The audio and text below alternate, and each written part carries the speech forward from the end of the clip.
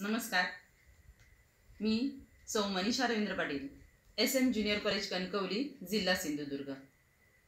विद्यार्थी मित्रांनो, आज आपण पाहणार आहोत इयत्ता 12वीच्या युवक भारती पुस्तकातील कथा साहित्य प्रकार यामधील पहिली कथा शोध। या कथेचे कथाकार आहेत व.पु. काळे। मराठी भाषेतील प्रसिद्ध कथाकार, लेखक, कथाकथनकार, शब्दांचे महल बांधणारे वास्तुविशारद म्हणजे व.पु. म्हणजेच वसंत पुरुषोत्तम काळे। त्यांचा जन्म 25 मार्च 1932 रोजी झाला। पेशाने ते वास्तुविशारद होते आणि मुंबई महानगरपालिकेमध्ये ते कार्यरत होते। पण वास्तू बांधता बांधता अनेक सुंदर सुंदर पुस्तकांची बांधणी करून मातृभाषेची इमारत ज्यांनी भक्कम केली ते म्हणजे व.पु. काळे। लोंबकळणारी माणसं, पेन सलामतो, ब्रह्मदेवाचा बाप, गुलमोहर, मायाबाजार, वलय, स्वर, मी माणूस शोधतोय हे त्यांचे कथासंग्रह। ही वाट एकटीची, पार्टनर ह्या कादंबऱ्या, रात्र नको चांदणी हे नाटक, प्रपंच आणि पुन्हा प्रपंच हे नभोनाट्याचे संग्रह आणि वपुर्झा हे सर्वात सुंदर पुस्तक। जे पुस्तक आपल्याला अनेक सुभाषित, सुविचार यांनी परिपूर्ण असणार। हे पुस्तक कुठल्याही ओळीतून आणि कुठल्याही पानातून आपल्याला वाचण्यासाठी सुरुवात करता येते आणि कुठेही थांबता येतं आणि कुठूनही पुन्हा आपल्याला ते वाचता येतं। त्यामुळे मला आवडणारं त्यांचं ते सर्वात सुंदर पुस्तक। व.पु.च्या कथा म्हणजे अनेक वैशिष्ट्यांनी परिपूर्ण असतात। त्यामध्ये कथेचा प्रारंभ वाचकांच्या मनाची पकड घेतो। कथा आणि उपकथा यातून होणारी कथेची गुंफण जाता जाता वाचकाला जीवनविषयक तत्वज्ञान अगदी थोडक्यात सांगून जाते। व्यक्तिरेखा व कथेतील प्रसंग जणू काही आपल्या अवतीभोवतीच कुठेतरी घडतायत असं वाचकाला नेहमी वाटत राहतं। व.पु.च्या कथेचे आणखी एक वैशिष्ट्य म्हणजे कथेला एकदम शेवटी कलाटणी मिळते आणि ही कलाटणी इतकी ताकदपूर्ण असते की वाचकाच्या मनावर कायमस्वरूपी ती आरूढ राहते। कथा कादंबरी यातून वाचकांना आनंदाच्या झुल्यावर झुलवणारा हा आनंद यात्री मात्र आयुष्याच्या शेवटच्या क्षणात कोलमडून पडला होता आणि त्यातच 26 जून 2001 रोजी त्यांचे हृदयविकाराने निधन झाले। पण निधन होण्यापूर्वीची 2 वर्ष विचित्र मनोअवस्थेत गेली आणि असं ऐकिवात आहे आणि वाचनातही आहे की त्यांनी एक वेळा आत्महत्येचाही प्रयत्न केला होता। हे जरी वाचनात आलं तरी मी माझ्या मनाने असं म्हणते की कुठलाही लेखक, कुठलाही कवी, कोणताही साहित्यिक हा शेवटी माणूस असतो। उतार वयात आयुष्यभर झेललेली दुःख, आयुष्याच्या वाट्याला आलेल्या वेदना यातून उतार वयामध्ये मनोअवस्था विचित्रच होते। ही प्रत्येक मानवासाठी होते, मग तो लेखक असो, कवी असो, गायक असो किंवा इतर कोणतीही कला जोपासणारी एखादी व्यक्ती असो। आणि त्यामुळेच मला नेहमी आज समोर दिसतो तो जोकर। सर्कशीतला जोकर सगळ्यांना हसवण्याचे काम करतो, पण त्याच्या रंगवलेल्या चेहऱ्याच्या पाठीमागे कोणते भाव असावेत, त्याच्या मनाची काय अवस्था असावी यामध्ये प्रेक्षकांना कधीच डोकावता येत नाही आणि हे अंतिम सत्य आहे। अगदी असाच अवलिया म्हणजे व.पु. काळे। व.पु.च्या कथा आयुष्याला जीवनविषयक तत्वज्ञान सांगून जातात आणि त्यातील काही कथा मी आता तुमच्यासमोर थोडक्यात सांगते। त्यातली भातुकली ही कथा, या भातुकली या कथेची जी नायिका आहे त्या नायिकेचा म्हणजे मित्र असणारा तो राजा आणि त्या राजाची सोबत मिळून मग तिचं आयुष्य कसं सुखद होत जातं हे भातुकलीमध्ये सांगितलेलं आहे। पप्पा ही अनाथ मुलीची कथा। पप्पा या शब्दासाठी जगणारा तो बाप, तो तिचा खरा बाप असतो का की आई खरी असते, ह्या प्रश्नाची उकल आपल्याला अगदी कथेच्या शेवटी होते। दोस्त ही कथा, त्याच्यामध्ये वयाचं अंतर कधीच दोस्ती देत नाही आणि मग तो लहान मुलगा आणि एक तरुण मुलगा ह्यांच्यातली ती दोस्ती आणि त्या दोस्तीतून त्या कथेचा होणारा शेवट आपल्या मनाला खूप रुखरुख लावून जातो। आणि म्हणूनच वपूंच्या कथा ह्या मानवी जीवनाच्या वेध घेत लिहिल्या गेल्या होत्या. वाचकांच्या आसपास ज्या काही घटना घडतात त्या घटनांचा वेध वपूंच्या कथेतून घेतला गेला होता. आणि त्यातलीच एक कथा म्हणजे शोध, ज्याच्यामध्ये निवेदक स्वतः मी असं संबोधतो, त्याची पत्नी मुक्ता आणि त्यांची मैत्रीण अनु, ह्या अनुच्या भोवती आणि त्या 1 रुपयाच्या नोटेच्या भोवती फिरणारी ही कथा म्हणजे शोध. ही कथा म्हणजे एखादी वस्तू हरवली तर ती शोधण्यापाठीमागे आपण त्या वस्तूमध्ये किती गुंतलेलो असतो, आपल्या भावभावना त्या वस्तूच्या किंवा त्या व्यक्तीच्याही मध्ये किती गुंतलेले असतात, यावरून त्या शोधण्याचा प्रयत्न आपण किती करतो, खटाटोप किती करतो, हे महत्त्वाचे असते. इथंही तसंच घडलेलं आहे. अनुची 1 रुपयाची नोट हरवते. 1 रुपया म्हणजे तसा विचार करायला गेलं तर खूप मोठी रक्कम नव्हती, पण तिच्या ज्या भावना त्याच्यामध्ये गुंतलेल्या आहेत त्या गुंतलेल्या भावना आणि सरतेशेवटी जो ड्रायव्हर आहे, एका टॅक्सीवर ड्रायव्हर असणारी व्यक्ती विचाराने किती प्रगल्भ आहे हे आपल्याला ह्या कथेतून समजते. म्हणजे खरं तर तो ड्रायव्हर शेवटी असं सांगतो की भले पुरे जे घडून गेले विसरून जावे, सारे क्षणभर जरा विसावू या वळणावर. आयुष्य असंच आहे मित्रांनो. आयुष्यात अनेक घटना घडून गेलेल्या असतात, पण प्रत्येक घटनेला जर आपण चिकटून राहिलो, तीच उगाळत राहिलो, तिलाच कवेत घेत राहिलो तर आयुष्य पुढे सरकणारच नाही. आयुष्य पुढे सरकायचं असेल तर काही गोष्टी आपल्याला विसराव्या लागतात. आणि म्हणूनच ही शोध ह्या कथेचं तात्पर्यच मुळात त्या ड्रायव्हरनं दिलेला उपदेश हेच आहे.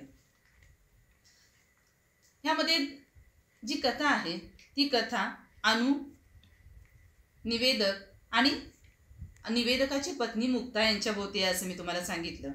तर काही कारणाने तो निवेदक म्हणजे मी त्या अनुकडे, जी अनु मुंबईत राहत असते तिच्याकडे राहायला आलेले असतात. आणि राहायला आल्यानंतर त्याच दिवशी त्यांच्याकडे भिडे आणि सौ आणि श्री भिडे काही कारणानिमित्त येतात. खूप वेळ होतो त्यांच्या गप्पांमध्ये आणि रात्री ते जायला निघतात.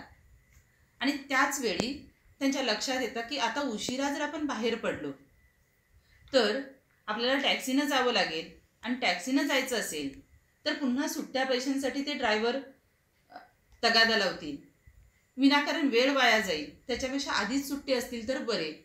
यासाठी ते मुक्ता आणि निवेदकाकडे त्या सुट्ट्या पैशांसाठी मग त्यांची चाहूल घेतात.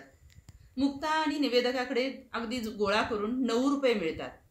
प्रश्न असतो 1 रुपयाचा, कारण 10 रुपये जर टॅक्सी भाडं झालं किंवा त्यासाठी सुट्टे पैसे हवेत आणि त्यांच्याकडेही 10 रुपयाची नोट असते, 10 रुपयाच्या बदल्यात सुट्टे 10 रुपये द्यायचे, यासाठी ते शोध घेत असतात. मिळत नाहीत. सरतेशेवटी भिडे सांगतात की ठीक आहे, हे 10 रुपये घ्या आणि 9 रुपये द्या. आणि त्यावेळी मुक्ताच्या लक्षात येतं की थांबा, जे अनुचं टेबल असतं त्या टेबलावर एक काच असते आणि त्या काचेच्या खाली एक 1 रुपयाची नोट सरकवलेली असते.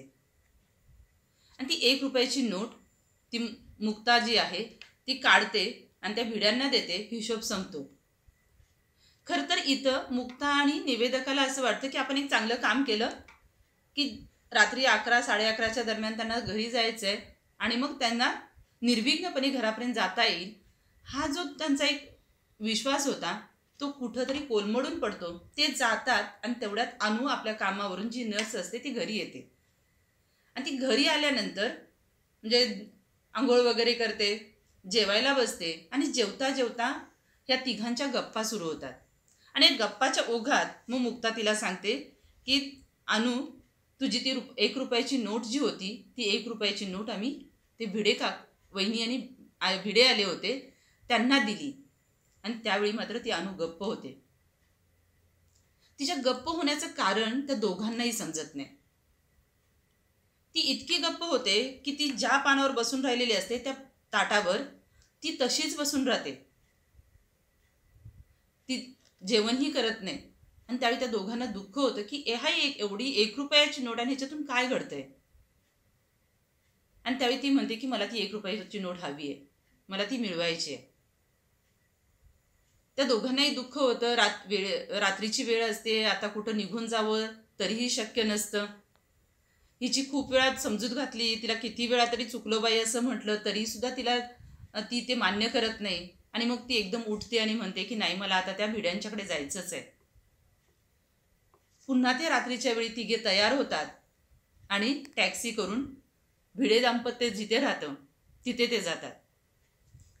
खरं तर ते नुकतेच पोचलेले असतात आणि तेवढ्यात ही तिघेही जातात. थोडंसं आश्चर्य वाटतं, पण येण्याचं कारण ज्यावेळी कळतं त्यावेळी ती 1 रुपयाची नोट जी मुक्ताने भिडे काकांना दिलेली असते ती पुन्हा हवी आहे म्हणून ते गेलेत असं समजल्यानंतर ते म्हणतात की आम्ही ती नोट ज्या टॅक्सीने आलो त्या टॅक्सी ड्रायव्हरला दिलेली आहे. आणि मग त्याच्यामध्ये झालेले प्रसंग ते सांगतात की तो टॅक्सी ड्रायव्हर एका वृद्धाला धडकतो, पण तो खूप चांगला असतो. नव्यानेच त्याने तो व्यवसाय सुरू केलेला असतो आणि त्यामुळं त्याला मदत करावी, त्याच्या बाजूने जबाब द्यावा म्हणून ते दोघेही पोलीस स्टेशनला जातात. त्या ड्रायव्हरच्या बाजूने जबाब देतात आणि ड्रायव्हरला पोलिसांकडे सुपूर्द करून त्याचा जो न्यायनिवाडा होईल तो होईल असं म्हणून ते घरी आलेले असतात. आणि त्यामुळे ती नोट आता कुठे आहे तर ती सुरक्षित आहे, पोलीस स्टेशनमध्ये आहे. कित्येक पोलीस त्या नोटेवर पहारा देत आहेत, तुमची नोट मिळेल असं. जेव्हा भिड्यांच्याकडे ती नोट मिळत नाही त्यावेळी भिडे सांगतात आणि चला आपण आता पोलीस स्टेशनला जाऊया. जे एका कथेतून ती नोट कुठं गेली तर अनुच्या घरातून गेली हे पहिलं कथानक. ह्या कथानकातून दुसरं कथानक आलं ते म्हणजे भिड्यांच्याकडे ती नोट गेली, त्यांचं घर, तिथं त्यांच्याकडे जे पैसे असतात त्याच्यात ते सगळे बघितले जातात, त्याच्यातही ती नोट सापडत नाही. तिथून ते जातात ते पोलीस स्टेशनमध्ये. पोलीस स्टेशनमध्ये असणारे पोलीस त्यांचं स्वागत करतात. खरं तर काही चांगली माणसं असतात जगात हे त्याचं एक उत्तम उदाहरण. आणि मग त्याच्यातून त्या पोलिसांनी त्या ड्रायव्हरला बोलवलं जातं. ते ड्रायव्हरला बोलवतात आणि ड्रायव्हरला विचारलं जातं. ते ड्रायव्हर आपल्याकडचे सगळे पैसे आहेत कुठलाही विचार न करता त्या भिड्यांच्याकडे देतो, कारण त्यांनीच त्याच्यासाठी जे जबाब दिलेला असतो. आणि मग सगळे पैसे बघितले जातात तर त्याच्यातही ते नोट नसते. आणि त्यावेळी तो ड्रायव्हर सांगतो की तुमची नोट कुठेतरी आहे. तर ती कुठे आहे पुन्हा तिसरं कथानक त्याच्यामध्ये येतं. आणि ते सांगतात की ती नोट, कारण तो सकाळपासून त्यांनी काहीही खाल्लेलं नसतं आणि पोलिसांच्या परवानगीने तो समोर असणारं जे हॉटेल आहे पोलीस स्टेशनच्या समोर त्या हॉटेलमध्ये तो गेलेला असतो. आणि त्या हॉटेलमधलं जे बिल त्याने चुकतं केलेलं आहे त्या हॉटेल मालकाकडे ते पैसे दिलेले असतात. तिथून पुन्हा ते त्या हॉटेलमध्ये जातात. हॉटेलचं जे शटर असतं ते शटर स्वतः ड्रायव्हर उघडतो, आत जातात आणि मग पुन्हा त्या हॉटेल मालकांकडे चौकशी होते. हॉटेल मालकसुद्धा सगळे पैसे जे आहेत ते त्यांच्याकडे देतात. ड्रायव्हर आपल्याकडची 100 रुपयाची नोट देतो आणि 1-1 रुपयाचं बंडल जे आहे ते बंडल घेतो. ड्रायव्हरला वाटतं कुठला तरी नंबर वगैरे लिहून ठेवला असेल, फोन नंबर किंवा आणखीन काही, असं काय आहे का. त्यावेळी ती अनु सांगते की असं काहीच नाही आहे. त्याच्यावर सुनीता असं लाल पेनाने लिहून ठेवलेलं आहे. आणि मग तिथे त्यांना ती नोट सापडते. आणि नोट सापडल्यानंतर मात्र ते तिघे ड्रायव्हर, भिडे दाम्पत्य हे सगळे एका ठिकाणी बसतात. आणि मग इतका शोध आपण का घेतला याचं त्यांना राहून राहून आश्चर्य वाटत असतं की का अनुला ती 1 रुपयाची नोट हवी आहे. आणि मग ते सांगतात की आता तू ह्या नोटेचं रहस्य सांगितलं पाहिजेस. आणि मग तेव्हा ती अनु सांगते की ती नर्स झाली ह्याच्या पाठीमागं सुद्धा काही कारणं होती. तिचे वडील श्रीमंत होते, तिला हवं ते करता येत होतं, पण तिने नर्स होणं पत्करलं. आई वडिलांना सांगून ती 5 वर्ष स्वतःसाठी जगायचं ठरवते आणि मग त्या 5 वर्षात ती नर्स होते. खरं तर तिची बुद्धिमत्ता चांगली असते, तिच्याकडे प्रचंड पैसा असतो, अभ्यास करण्यासाठी म्हणजे अहोरात्र कष्ट करण्याची तिची तयारी असते. अशा ह्याच्यात तिला डॉक्टर होता आलं असतं, पण ती नर्स होते. आणि मग नर्स आपण का झालो त्याची कारणं सांगताना ती सांगते की डॉक्टर आणि नर्समध्ये खूप मोठा फरक आहे. जे डॉक्टर फक्त जो स्टेथोस्कोप असतो तो पेशंटच्या छातीपर्यंत लावतो, पण नर्स त्याच्या मनाला हृदयापर्यंत पोहोचते. डॉक्टर फक्त ताप बघतील, पण तो ताप कसा निवारायचा हे सगळं नर्स बघते. आणि ह्यामुळं मला नर्स व्हायचं होतं की जेणेकरून तिला त्या माणसांबरोबर राहायचं होतं, तिला माणूस शोधायचा होता, तो माणूस पण शोधायचं होतं. आणि म्हणून ती नर्स झाली. आणि मग ती अशी नर्स झाल्यानंतर जेव्हा ती जे कार्यरत झाली, त्यावेळी एक वेळा एक दीड म्हणजे 1.5-2 वर्षापूर्वीची ती कथा आहे असं ती सांगते. आणि एक छोटी मुलगी 8-9 वर्षाची ते हॉस्पिटलमध्ये ॲडमिट होते. तिची आई, मावशी आणि त्या तिच्या एक 8-9 स्त्रिया ज्या असतात त्या तिच्यासोबत आलेल्या असतात. आणि अतिशय आता ती म्हणजे किती जगेल ही शाश्वती नसणारी ती मुलगी त्या दवाखान्यात ॲडमिट होते. डॉक्टरांना कुणालाच तिची शाश्वती नसते, तरी तिला दवाखान्यात ॲडमिट करून घेतलं जातं. त्यातलं एक वाक्य असं आहे की नातेवाईकांच्या समाधानासाठी आणि नशिबाचा 1% याच्यासाठी खरं तर तिला ते ऑक्सिजन किंवा इतर जे सगळे काही उपचार आहेत ते उपचार केले जातात.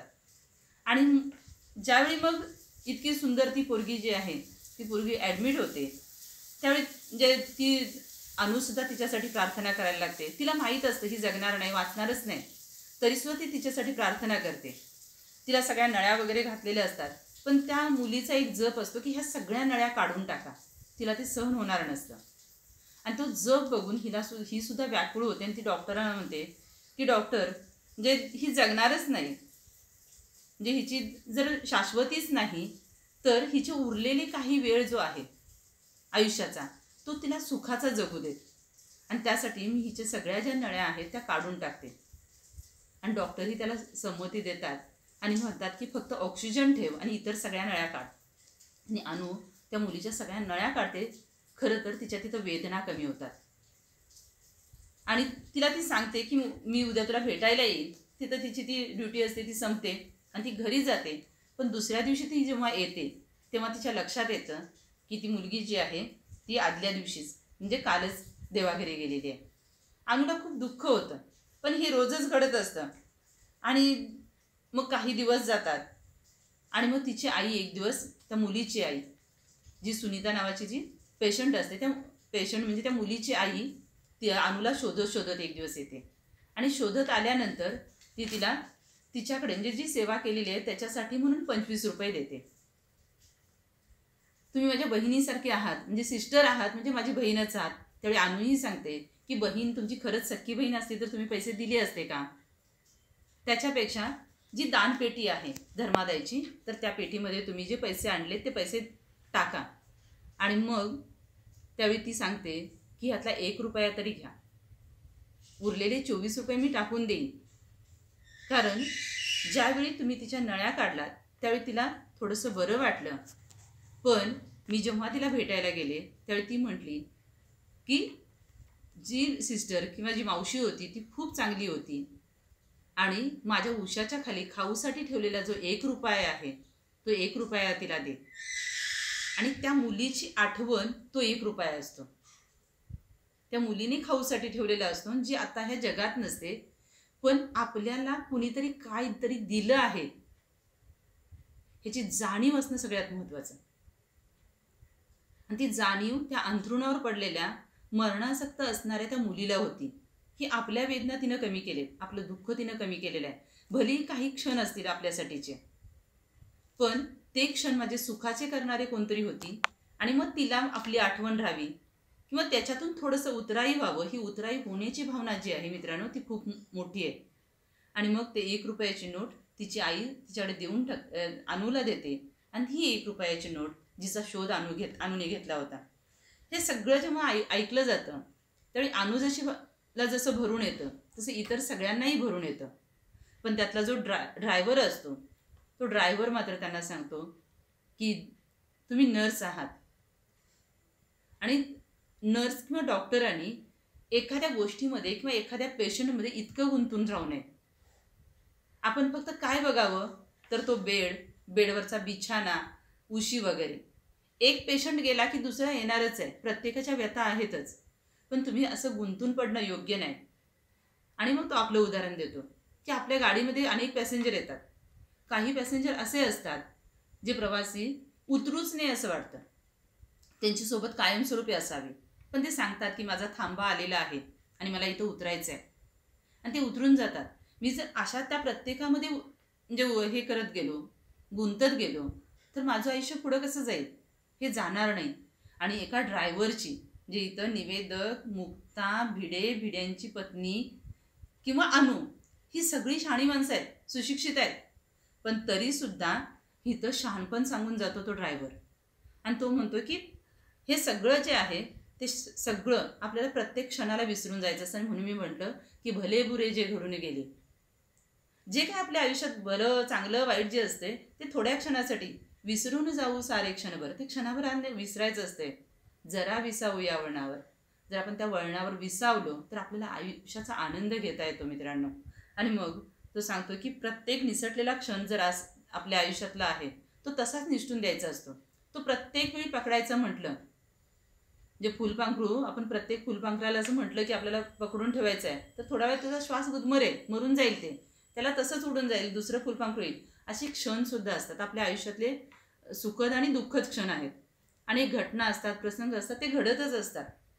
ते घडलेच पाहिजेत तरच आयुष्याला आपल्या वेगळा एक वळण मिळतं, वेगळा आनंद मिळतो, की आयुष्यात जगल्याचा आनंद आपल्याला मिळतो. आणि म्हणून तुम्ही इतकी जी धावपळ केली, जी रात्र पूर्ण घालवलीत, म्हणजे कधीतरी 11, 11:30 पासून जो शोध सुरू होता, जो तिच्या घरापासून सुरू झाला, भिड्यांच्या घरापर्यंत आला, पोलीस स्टेशनमध्ये गेला, हॉटेलमध्ये गेला, आणि मग त्या एका पायरीवर ते बसलेले आहेत तिथंपर्यंत येऊन तो थांबतो आहे. असा जो प्रवास आहे तो 1 रुपयाच्या नोटेसाठी इतकी धावाधाव तुम्ही केली. खरं तर तुम्ही भाग्यवान आहात, तुम्हाला शोध लागला त्या नोटेचा. पण म्हणजे तुमचं काम सोपं झालं, पण असं सगळंच सोपं नसतं आयुष्यात मिळवणं. आणि मग ती म्हणते आज कसं काय, कारण तिचा असा विश्वास असतो की माझा शोध हा जोपर्यंत ती वस्तू मिळत नाही तोपर्यंत न थांबणारा आहे. इतकी ती हट्टी असते, वेडीपिशी असते. आणि मग ती म्हणते असं कसं काय, का तुम्ही असं म्हणताय. आणि त्यावेळी तो सांगतो की वस्तू परत मिळणार नाही, म्हणजे वस्तू तुम्हाला परत मिळाली पण माझी वस्तू मात्र मला परत मिळणार नाही. तुमच्या एका नोटेसाठी तुमची अशी अवस्था झाली. आणि मग ते म्हणतात की मला ताई सांगा, माझी प्रत्यक्ष मुलगी जेव्हा मला कायमची सोडून गेली, म्हणजे शेवटी त्याचं दुःख खूप मोठं आहे, जे एका वस्तूसाठी एवढी धावाधाव केली. पण मित्रांनो, आयुष्यातली एखादी प्रिय व्यक्ती गेली तर खूप मोठं प्रश्नचिन्ह आहे. आपण आणू का परत, नाही ना आणता येत.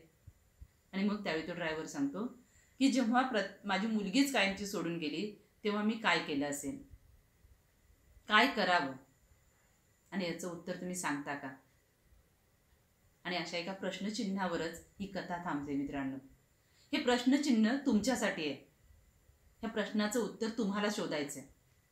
हा शोध फक्त एका नोटेचा नाही आहे, हा शोध ह्या प्रश्नाचा आहे की आयुष्यातली एखादी व्यक्ती आपल्याला सोडून गेली तर त्याचा शोध घेता येतो का. प्रत्येकाने ह्या प्रश्नाचं उत्तर शोधून बघा.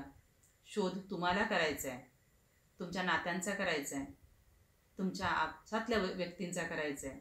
जेव्हा हा शोध तुम्हाला लागेल तर खऱ्या अर्थानं ही कथा सफल संपूर्ण झाली असं मला वाटेल. धन्यवाद.